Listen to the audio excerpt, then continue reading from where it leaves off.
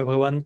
My name is Julien Launay. I'm the CEO and co-founder at AdaptiveML, where we build a platform to enable companies to do reinforcement learning. I'm joining from Paris today, as you can see from the lovely background. So let me kick things off. Let me share my screen. I'm assuming that you can share my screen, that you can see, my screen now. If that's not the case, please interrupt me. Otherwise, I'm gonna be speaking over blank for the entire next 20 minutes. So in this talk, I want to discuss specifically about building, AI agents. So on top of open models, so models like Mistral Small, Llama 8B, that sort of models. And specifically, I want to talk about two things here, which is one is going to be getting performance, that goes beyond what you can typically get with frontier models. There are a lot of questions around like, why would I build on top of an open model? So obviously there's all of the typical like security control. I will spare you the spiel on all of this. I'm sure you're familiar with it. But I think one of the aspects is that actually when we do this process properly, when we tune this model, when we specialize them, we can get performance in the real world that is significantly stronger than the typical frontier models. And actually at the end of the day, we'll demonstrate this, with a nice real world evaluation. The second aspect of this tool that I'm gonna, spend a lot of time talking about is reinforcement learning. So you are probably familiar with reinforcement learning now because, with DeepSeek and all of that, there's been a lot of noise. But this is something I will have a quick refresher as well for you as we get started. So let's jump in. For today, talk kind of split into two parts. First, I will give a quick primer / refresher on reinforcement learning, reasoning, AI judges, tool use. These are all kind of concepts that we are going to use in the construction of our agent afterwards. So we're going to talk about stuff like what's the difference, between SFT and reinforcement learning, emergence of reasoning, AI judges, that sort of stuff.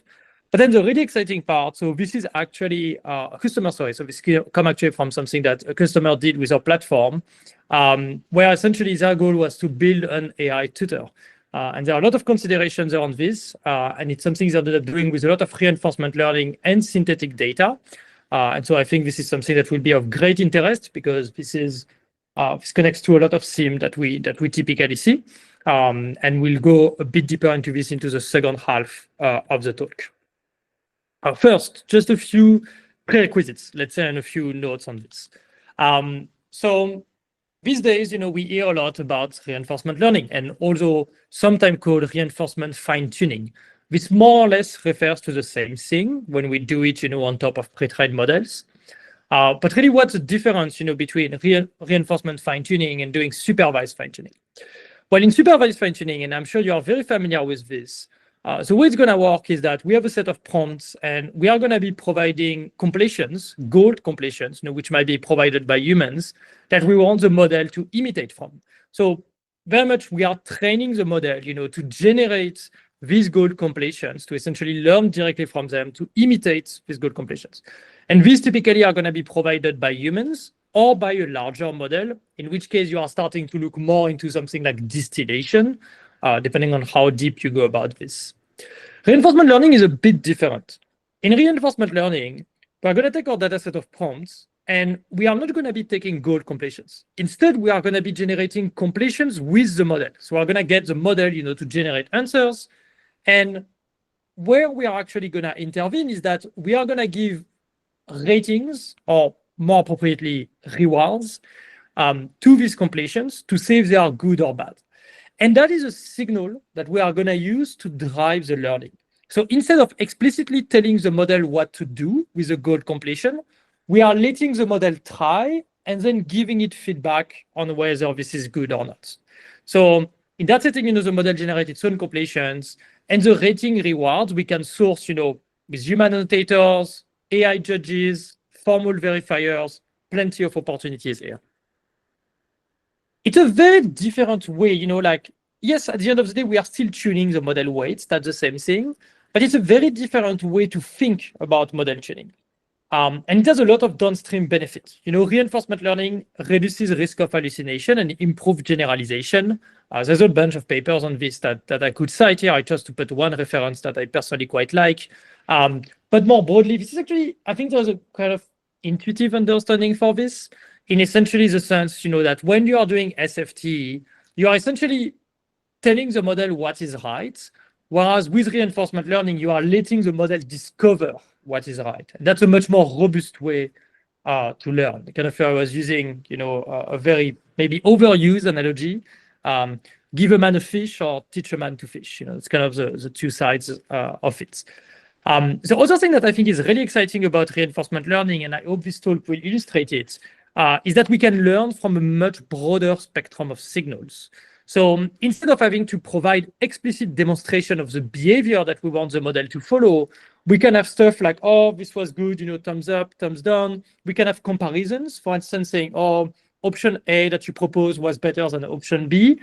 We can use AI judges, to provide these comparisons. But we can also learn from signals from verifiers.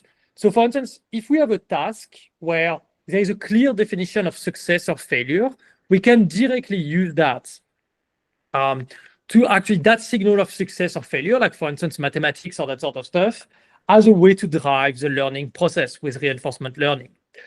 However, the caveat to all of this is that typically reinforcement learning can be a little bit more complicated to effectively use. I'm not going to talk too much about the methods that happen behind the scene, but this is stuff like PPO, GRPO, and these methods are a bit more complicated than just doing a basic fine-tuning where you are just, essentially continuing to predict the next word and tuning on that. There are a bit more caveats into this. But, in this day and age, the models are getting better and better, so they are getting more and more robust to sustaining this sort of reinforcement learning. But also, the tooling is improving, and I think in this day and age, these methods that once were kind of only reserved for frontier labs are actually much more accessible for all of us nowadays. There's a lot of cool stuff in reinforcement learning. One that made, I think, a lot of noise, and that actually is the reason why a lot of people ended up knowing about reinforcement learning, is that the ability for models to reason, to think, is an emergent property of this sort of runs. So, when we want to build models, sometimes we want them to take a step back before, and especially for an agent, we very often wanted to take a step back first and be like, look, what's the intent of the user?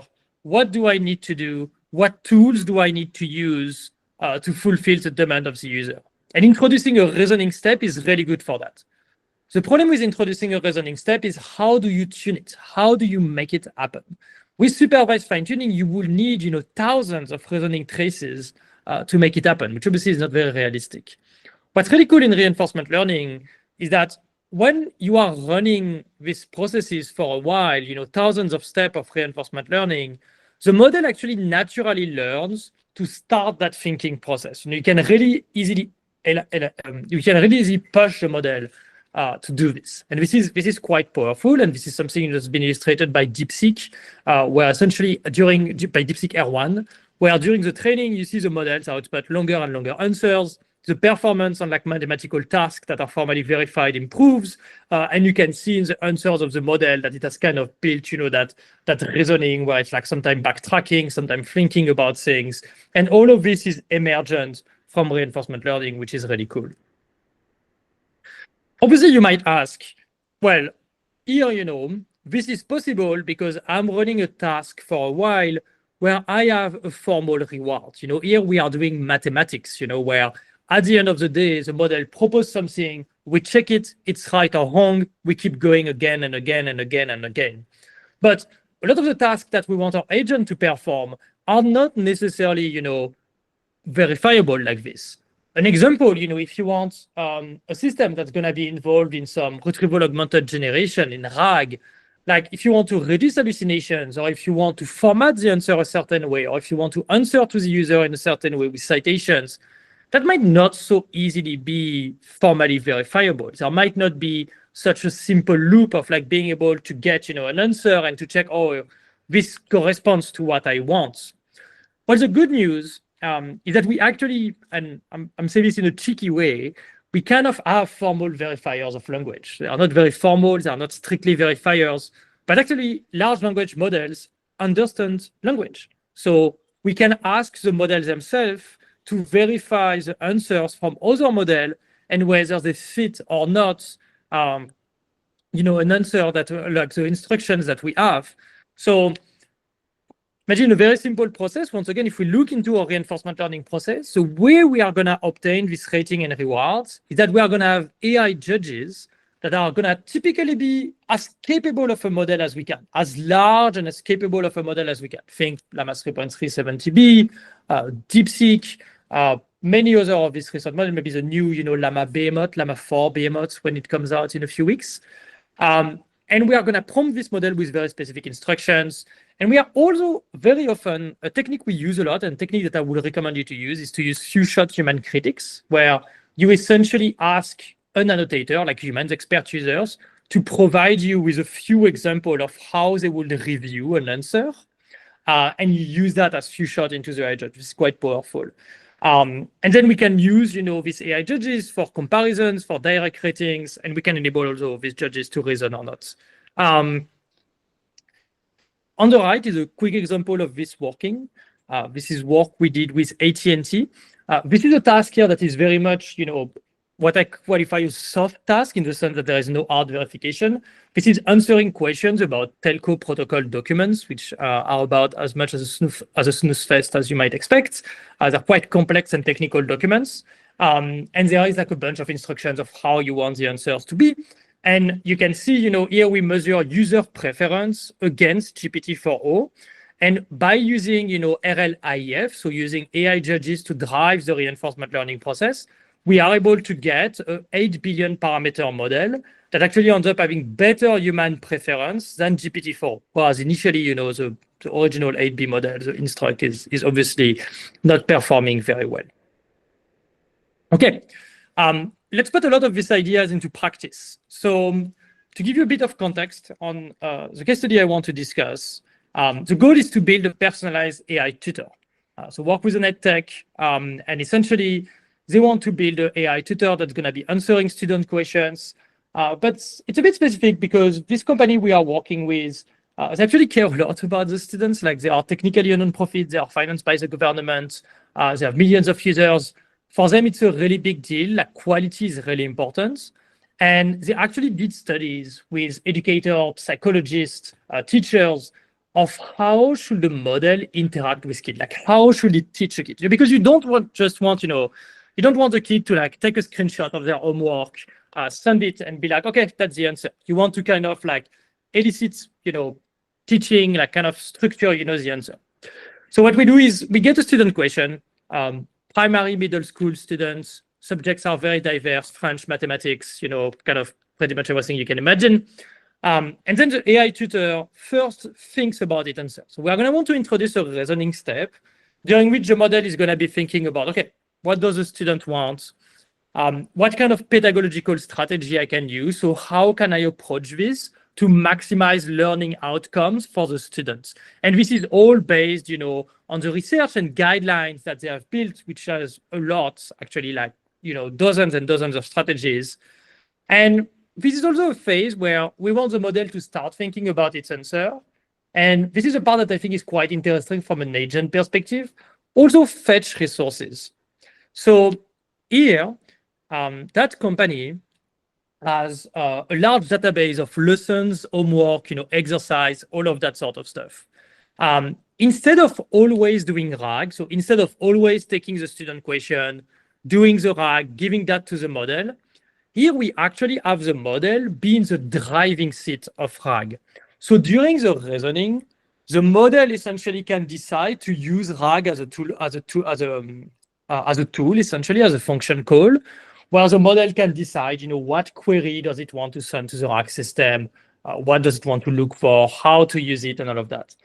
And this is very, like, in terms of interactivity, this is much better, because if you think of like the conversation that the students are having with these models, very often, actually, the conversation is very casual and might not require, might not straight up be a question that requires you to come up with like an exercise or a lesson.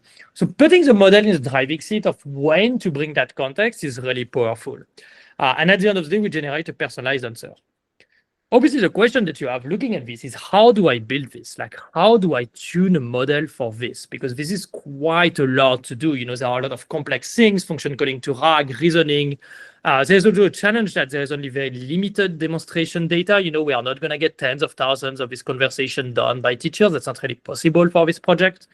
And so we took an approach in two steps, where we first do a bunch of like data generation. So to tune the model in later phases, we are going to need about 80,000 conversations. So 80,000, like back and forth conversation, multi-turn conversation, with up to 50 turns of like discussion between the student and the teacher model. And we have none of this. So we built a pipeline where we leverage about 50 human annotated critics and rewrites to generate this. And these 50 come at different steps. So how does that pipeline work? We start from seed student questions.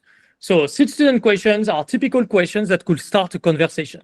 To do this, we use actually the forums from the EdTech, where there is a bunch of questions from students. They are not conversations. The forums are like typically one student question, one answer from a teacher. So we couldn't use them as conversation. We also, in that phase, we actually also generate some of the questions synthetically by going over all of the exercise, all of the homework, all of the lessons, and asking a model what could be interesting questions about this. These questions start a self-play loop where we have a model that role-play as a student and a model that role-play as a teacher. The student model is actually tuned. This is not indicated here, but we actually tuned it with an AI judge to better behave like a student based on some human feedback as well, a little bit. And the teacher model here can access the RAG database, so gets fed, whenever there is a question, it gets provided with some RAG context to help answer it. And here we have a bunch of instructions. That teacher model, these pipelines are very iterative. So as we later tune the teacher model, we actually bring in the latest tuned version very often here, which is quite hard to just represent on a single slide. But so we have a self-play loop where from this seed question, we are going to get these two models to play together. By the way, at this stage, both of these models are Llama 3.370B, if you are curious, when we get started, when we bootstrap, because it's the best model that was available at the time for this use case. Based on this, we obtain about 100,000 of these synthetic conversations.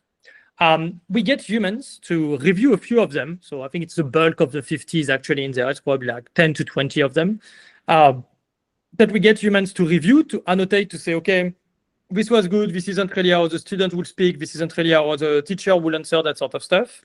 And then we use this as context plus all of the work, that I mentioned before, all of that research that they did. We use that as context into a model that is going to rework the transcripts to be more like we want them to be. So it's going to rewrite the answer, like it's going to review the answers from the teacher and be like, oh, here's the model provided an answer too fast. Here's the model did X or Y.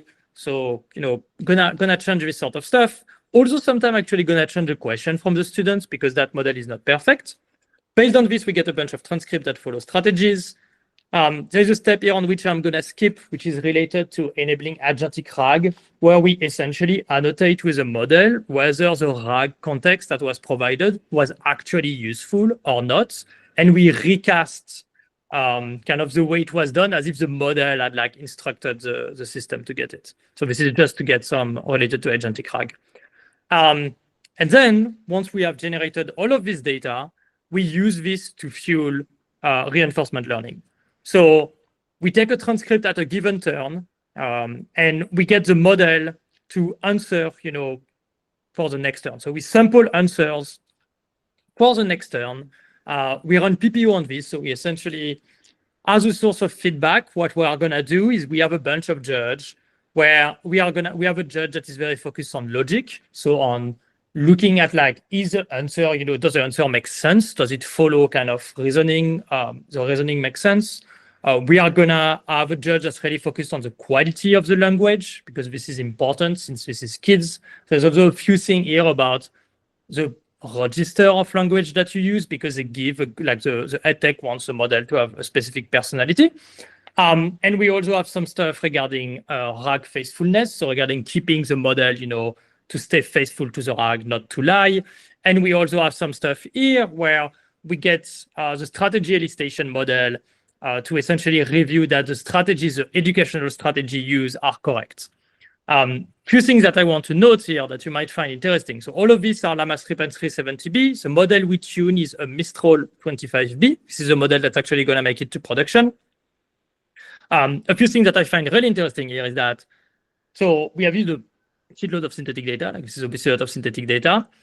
Most of the all of the feedback is synthetic, but it is also multi-objective optimization.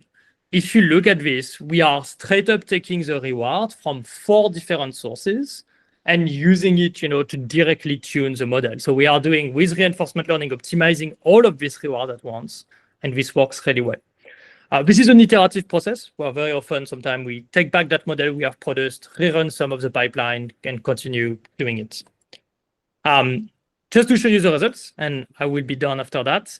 Very quickly, this model actually got rolled out to teachers a few months ago for evaluation because it's gonna get rolled out to students very soon. And so for the final evaluation, the model was evaluated by teachers. So this is real human data, human annotations, thousands of them, of like essentially how well it was performing on different axes. And so the model is in green. And it got compared to 3.7 Sonnet, to GPT-4o, and also to Gemini Coach. I don't know, Gemini Coach is, you might not be familiar with Gemini Coach, but it's a version of Gemini that is tuned for EdTech specifically. And you can see that this model, which was predominantly built on synthetic data, and which is also quite small, it's only 24B, actually ends up with much better score for student personalization and for educational strategy than the other models. And by the way, 4o and Coach here are actually prompted with the strategies we discussed before. So they actually build prompts, that are quite long and quite complex. So this is really a fair comparison, honestly. This is as much as you can do. And you can see here that the model that has been tuned performs significantly better. And this is obviously a really good result for them, for the EdTech with whom we work, because that enables them to have a model that is best in class at what it does, and to truly deliver a unique experience with something that honestly otherwise they couldn't really ship to production. So yeah, I think that's a great story on the power of reinforcement learning to build this sort of agents. Here, with very simple tool use around RAG, but that is quite key to getting that interactivity. And yeah, happy to take any questions on this. Let's scroll back to, yeah, I think there's asking the questions.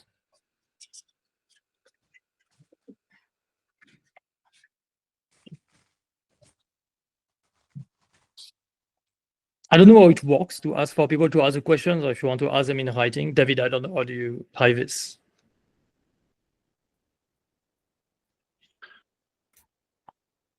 And just so folks know, you can click on the questions by the right side. There's meeting tools. It's a little grid, 9 dots, and then Q&A.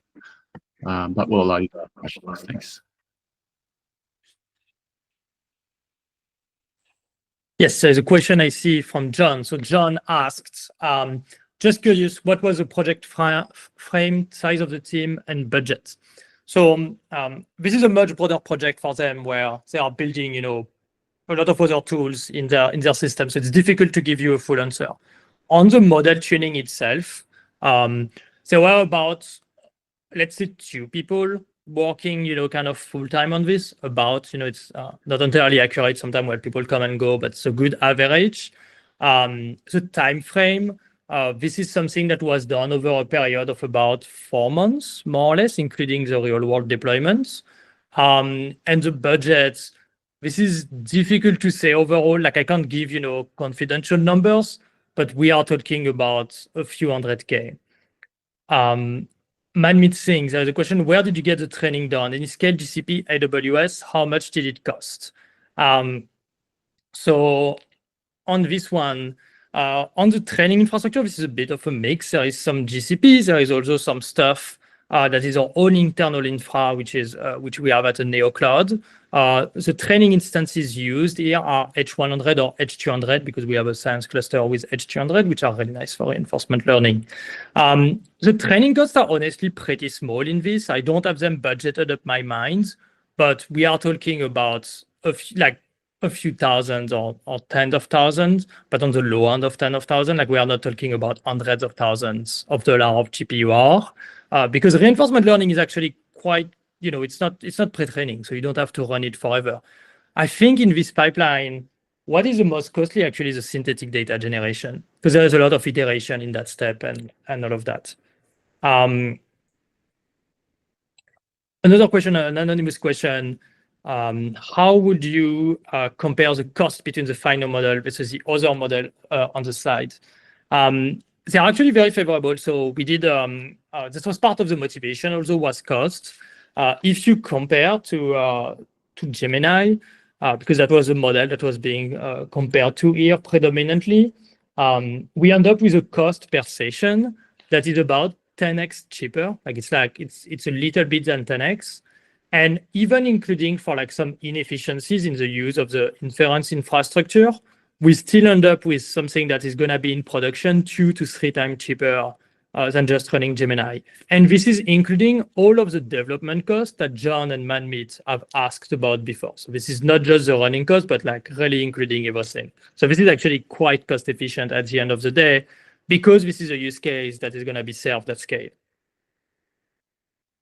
There's a question on why choosing Mistral. By the way, there is quite a bit of question. I don't know if we'll have time for all. I see that there is an upvote feature in the Q&A. So if there are questions, right now I'm just doing them chronologically. But if there are questions you are more interested in, I think you can upvote them and I will get to them. So it will show up faster for me. Why choose Mistral? Really good question. This is actually, there are 2 reasons. One is that in the 20 billion range, 20, 30 billion, well, there are no Llama, with Llama 2, and there's the issue with the 30Bs, and afterward, I don't know why they stopped doing 30B model. So actually, there is not that many options in that range. The customer in that case also wasn't super into using Qwen or others, especially because you may have code this is in French, and in French, the models that performed the best was actually Mistral here on just the French capabilities. Shirisha, you asked, how would you measure in RL the human judgment outliers and how many questions to ask?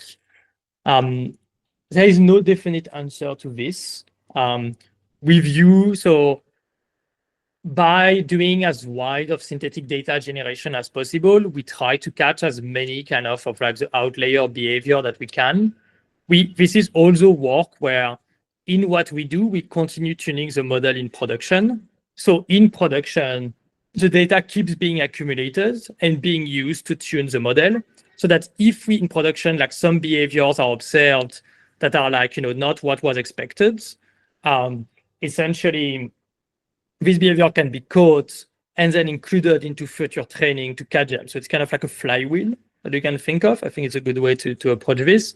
On the 80,000, this is arbitrary to an extent. I'm not going to lie. It could be 60, it could be 100. This is just that based on the resources we had for the project, it was a good size of data set to aim for. We have done actually, if I go back a bit in my slides, this uses much less. This is a few thousand, for instance, samples that are used for training. Here, since this was a much larger project, we wanted to go big, so we want to 80,000, and it's ended up being what's left at the end, and we get really good performance with this. I don't know if we are saturating fully the 24B model. Maybe we could try with even more, as we get more data. What are the implications for formulating AI-driven education policy strategies? And has this been published from Glory Atilola? It has not been published yet. The reason why I'm not naming the customer is because we are still, this is still an active project, and there is going to be a little bit more of a public release in a few months as this is made available to kids. And I think there is going to be some proper study actually even on teaching outcomes, so really the end-to-end stuff. but this is for a bit future, a bit further in the future. In terms like if you're interested in like some of these methods, if you read papers like constitutional AI, like a lot of the papers around reinforcement learning, you will find a lot of these methods on like critique and rewrites, that sort of stuff that are used. It's kind of the question of how do you combine them, but yeah. Regarding the implication for AI-driven education policy strategies, honestly, this is a little bit beyond my scope. I mostly do the tech. I don't do as much of what's next on this. I do think we are I was personally really impressed by the educative aspect of the model. Like having played with it, I was really surprised that the model is actually like really drives you to try to learn better. And I think this is something that's really cool. And I'm hopeful that, essentially this means that this can make education more accessible, having access to, if you look at education outcomes, having access to private tutoring or to private teaching lesson is one of the biggest driver of improved outcome, which unfortunately is something that is very unequal because we can't all afford to pay for private teachers. So, if now this is something that can be scaled up with large language models, it's amazing. Hopefully, if that can go in this direction, that's kind of what we hope out of this. I think I see there is I think we are nearly at time. There is one question that's the most voted that I see scrolling down, which is that if there was domain-specific language for the task being addressed that didn't exist in the base model, would it work to introduce that via synthetic conversation, or would it be better to do that beforehand? And I think this is a really good question, actually. So essentially, the question, kind of to rescope it, is like, how do you deal with when the model really, like when you are entering a new domain where the model has zero knowledge, how do you first introduce that knowledge into the model to be able to do synthetic data? And this is something that can be difficult. The two ways in which we typically do this is, one, we like to use a lot of RAG for this, where essentially the data is in a RAG database, and we are going to bring this RAG sample to kind of bring context to the model and generate like questions or answers based on this context that is brought externally. You can also consider doing some fine-tuning to bring that knowledge in. I would, however, put a lot of questions on like fine-tuning. I think the knowledge that you actually bring into the model with fine-tuning is quite hard to control. And very often it is the case that if you overdo it, you might create like more, hallucinations than really creating knowledge. I think that can be like, it's a difficult balance to strike. So by default, we more have a tendency to bring the external knowledge through the context, through RAG during the synthetic data generation, than to actually fine tune. I think we are at time, David. Yeah, thank you so much, Julien. I really appreciate that. You were very generous with your time and answered all the questions in great detail. So I hope everyone enjoyed that. And I just want to thank you on behalf of our community and our team for your talk today. Thank you very much. And thank you everyone for your attention and for your questions. Have a good day. Yeah, so we'll be kicking things off with some more talks. So thanks everyone. And again, if you've enjoyed this and you want to come meet us in person, feel free to check out mlopsworld.com. We'll be giving you guys any invites and news for other events that we have. And yeah, we'll let you get over to the next talk there. Thanks so much.